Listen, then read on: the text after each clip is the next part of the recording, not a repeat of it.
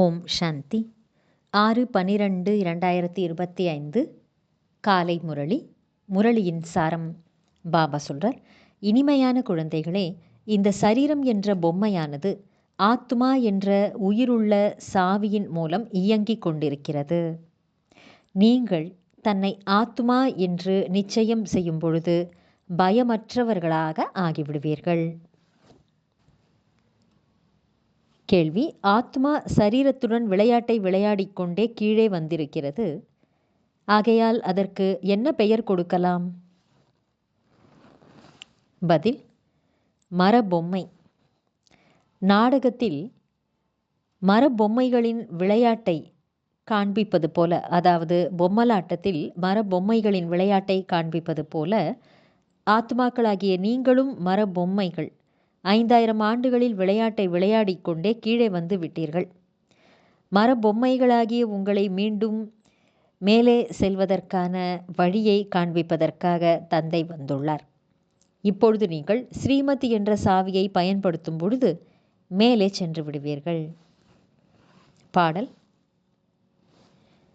சபையின் நடுவில் தீபம் எரிந்தது. ஓம் சாந்தி. ஆன்மீக தந்தை ஆன்மீக குழந்தைகளுக்கு ஸ்ரீமத் கொடுக்கின்றார். எந்த குழந்தையின் நடத்தை நன்றாக இல்லை என்றாலும் உனக்கு ஈஸ்வரன் தான் நல்ல வழியை காண்பிக்க வேண்டும் என்று தாய் தந்தையர் கூறுவர். ஆனால் ஈஸ்வரன் உண்மையிலேயே வழி காட்டுவார் என்று அவர்களுக்கு தெரியாது. இப்பொழுது குழந்தைகளாகிய உங்களுக்கு ஈஸ்வரனின் வழி கிடைத்து கொண்டிருக்கிறது. அதாவது ஆன்மீக தந்தை குழந்தைகள் சிரேஷ்டமாவதற்காக சிரேஷ்டமான வழியை கொடுத்து கொண்டிருக்கின்றார். இப்பொழுது நாம் சிரேஷ்டத்திலும் சிரேஷ்டமானவர்களாக ஆகிக் கொண்டிருக்கிறோம் என்று நீங்கள் புரிந்திருக்கிறீர்கள். தந்தை நமக்கு எவ்வளவு உயர்ந்த வழியை கொடுத்து கொண்டிருக்கின்றார். நாம் அவரது வழிப்படி நடந்து மனிதனிலிருந்து தேவதைகளாக ஆகிக் கொண்டிருக்கின்றோம். ஆக மனிதரை தேவதையாக ஆக்கக்கூடியவர் தந்தை என்பது நிரூபணமாகிறது. மனிதனை தேவதையாக ஆக்கினார் என்று சீக்கியர்களும் பாடுகின்றனர். ஆக அவசியம் மனிதனை தேவதையாக ஆக்கக்கூடிய வழியை கொடுக்கின்றார். ஏக் ஓம்கார், கடவுள் ஒருவரே என்றும், செய்பவர் செய்விப்பவர் என்றும், பயமற்றவர்களாக ஆக்குபவர் என்றெல்லாம் அவரது மகிமை பாடப்படுகிறது. நீங்கள் அனைவரும் பயமற்றவர்களாக ஆகிவிடுகிறீர்கள். தன்னை ஆத்மா என்று புரிந்து கொள்ளுகிறீர்கள் அல்லவா? ஆத்மாவிற்கு எந்த பயமும் இருப்பதில்லை. பயமற்றவர்களாக ஆகுங்கள் என்று தந்தை கூறுகிறார். எதற்கு பயப்பட வேண்டும்? உங்களுக்கு எந்த பயமும் கிடையாது. நீங்கள் தங்களுடைய வீட்டில் அமர்ந்தபடியே தந்தையின் ஸ்ரீமத்தை பெற்று கொண்டிருக்கிறீர்கள். யாருடைய ஸ்ரீமத்? கொடுப்பது யார்? இந்த விஷயங்கள் கீதையில் கிடையாது. இப்போது குழந்தைகளாகிய நீங்கள் புரிந்திருக்கிறீர்கள். நீங்கள் பதீதமாகிவிட்டீர்கள். தூய்மை ஆவதற்காக என்னை நினைவு செய்யுங்கள் என்று தந்தை கூறுகிறார். புருஷோத்தமர் ஆகக்கூடிய இந்த சந்திப்பு சங்கம யுகத்தில் தான் ஏற்படுகிறது. பலர் வந்து ஸ்ரீமத் பெறுகின்றனர். இதுதான் ஈஸ்வரனுடைய, அதாவது ஈஸ்வரனுடன் குழந்தைகளின் மேளா என்று கூறப்படுகிறது. ஈஸ்வரனும் நிராகாரமாக இருக்கின்றார்.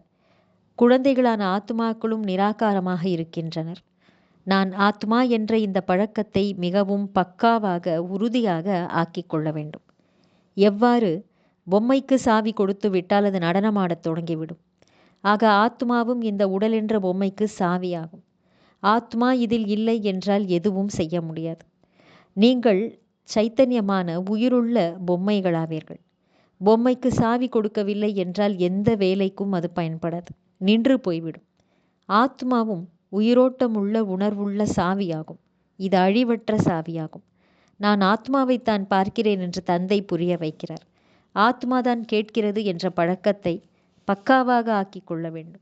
இந்த சாவியின்றி சரீரம் இயங்காது. இவருக்கும் அழிவற்ற சாவி கிடைத்திருக்கிறது. இவரது சாவி 5000 ஆண்டிற்கு இயங்குகிறது. உயிருள்ள சாவியாக இருக்கின்ற காரணத்தினால் சக்கரம் சுற்றி கொண்டே இருக்கிறது. இது உணர்வுள்ள சைத்தன்யமான பொம்மையாகும். தந்தையும் சைத்தன்யமான ஆத்மா ஆவர். சாவி முடிவடையும் போது தந்தை மீண்டும் புதிய யுக்தி, அதாவது என்னை நினைவு செய்தால் மீண்டும் சாவி கொடுக்கப்பட்டுவிடும், ஆத்மா தமோ பிரதானத்திலிருந்து சத்தோ பிரதானமாக ஆகிவிடும் என்று கூறுகிறார். எவ்வாறு மோட்டாரில் பெட்ரோல் தீர்ந்ததும் மீண்டும் நிரப்பப்படுகிறது அல்லவா? எனக்குள் இப்போது பெட்ரோலை எப்படி நிரப்புவது என்பதை உங்களுடைய ஆத்மா புரிந்திருக்கிறது. பேட்டரியில் சக்தி சார்ஜ் குறைந்ததும் அதில் மீண்டும் சக்தி நிரப்பப்படுகிறது அல்லவா? எந்த அளவிற்கு நினைவு செய்கிறீர்களோ அந்த அளவிற்கு சக்தி நிரம்பும். 84 பிறவிகள் எடுத்து பேட்டரியில் சக்தி காலியாகிவிட்டது. சதோரஜோ தமோவாக ஆகிவிட்டது. இப்போது மீண்டும் சாவி கொடுப்பதற்காக தந்தை வந்திருக்கின்றார். அதாவது சக்தியை நிரப்புவதற்காக வந்திருக்கின்றார். சக்தி இல்லையெனில் மனிதர்கள் என்னவாக ஆகிவிடுகின்றனர். ஆக இப்பொழுது நினைவின் மூலம்தான் பேட்டரியில் சக்தியை நிரப்ப வேண்டும். இதை மனித பேட்டரி என்றும் கூறலாம். என்னிடத்தில் தொடர்பு வையுங்கள் என்று தந்தை கூறுகிறார். இந்த ஞானத்தை ஒரே ஒரு தந்தை தான் கொடுக்கின்றார். நல்லது. தாரணைக்கான முக்கியமான சாரம். 1. தந்தை எந்த ஞான ரத்தினங்களை கொடுத்திருக்கின்றாரோ அதை மட்டுமே தேர்ந்தெடுக்க வேண்டும், கற்களை அல்ல. தேக அபிமானம் என்ற கடுமையான நோயிலிருந்து தன்னை பாதுகாத்து கொள்ள வேண்டும். 2. தனது பேட்டரியில் முழுமையாக சக்தியை நிரப்பிக் கொள்ளுவதற்காக பவர் ஹவுஸ் தந்தையிடம் தொடர்பு வைத்து கொள்ள வேண்டும். ஆத்ம அபிமானியாக இருப்பதற்கான முயற்சி செய்ய வேண்டும். பயமற்றவராக இருக்க வேண்டும். வரதானம். வள்ளல் தன்மையின் பாவனையின் மூலம் ஆசை என்றால் என்னவென்றே அறியாத நிலையின் அனுபவம் செய்யக்கூடிய திருப்தியான ஆத்மா ஆகுக. விளக்கம். நாம் வள்ளலின் குழந்தைகள் ஆகி அனைத்து ஆத்மாக்களுக்கும் கொடுக்க வேண்டும் என்ற இந்த ஒரே லட்சியம் சதா இருக்க வேண்டும். வள்ளல் தன்மையின் உணர்வு வைப்பதனால் சம்பன்னமான ஆத்மாவாக நீங்கள் ஆகிவிடுவீர்கள். மற்றும் யார் சம்பன்னமாக நிறைந்தவராக ஆவார்களோ அவர்கள் சதா திருப்தியாக இருப்பார்கள். நான் கொடுக்கக்கூடிய வள்ளலின் குழந்தை. கொடுப்பதுதான் பெறுவதாகும். இந்த பாவனையே சதா உங்களை தடையற்றவராகவும் ஆசை என்றால் என்னவென்றே அறியாத ஸ்திதியையும் அனுபவம் செய்ய வைக்கிறது. சதா ஒரு லட்சியத்தின் பக்கம்தான் பார்வை இருக்க வேண்டும். அந்த லட்சியம் புள்ளி என்பதாகும். மற்ற எந்த விஷயங்களிலும் விஸ்தாரத்தை பார்த்தாலும் பார்க்காதீர்கள், கேட்டாலும் கேட்காதீர்கள். ஸ்லோகன். புத்தி மற்றும் ஸ்திதி ஒருவேளை பலவீனமாக இருந்ததென்றால் அதற்கான காரணம் வீணான எண்ணம் ஆகும். நல்லது. இனிமையிலும் இனிமையான வெகு காலம் கழித்து காணாமல் போய் மீண்டும் தேடி கண்டெடுக்கப்பட்டுள்ள செல்லமான குழந்தைகளுக்கு தாயும் தந்தையுமான பாப்தாதாவின் அன்பான நினைவுகள் மற்றும் காலை வணக்கம். ஆன்மீக குழந்தைகளுக்கு ஆன்மீக தந்தையின் நமஸ்காரம்.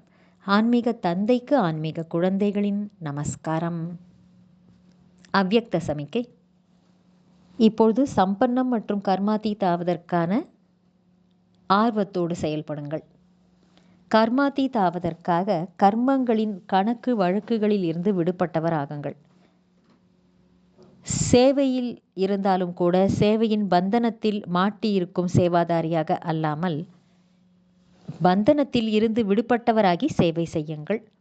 அதாவது எல்லைக்கு உட்பட்ட ராயல் இச்சைகளில் இருந்து விடுபட்டவர் ஆகுங்கள். எவ்வாறு தேகத்தின் பந்தனம் தேகத்தின் சம்பந்தத்தின் பந்தனம் உள்ளதோ அதுபோல சேவையில் சுயநலம் கொண்டிருப்பதும் பந்தனம் ஆகும். இந்த பந்தனமும் கர்மாதீத் ஆவதில் தடை ஏற்படுத்துகிறது.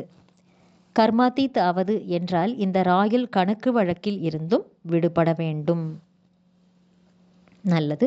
ஓம் சாந்தி.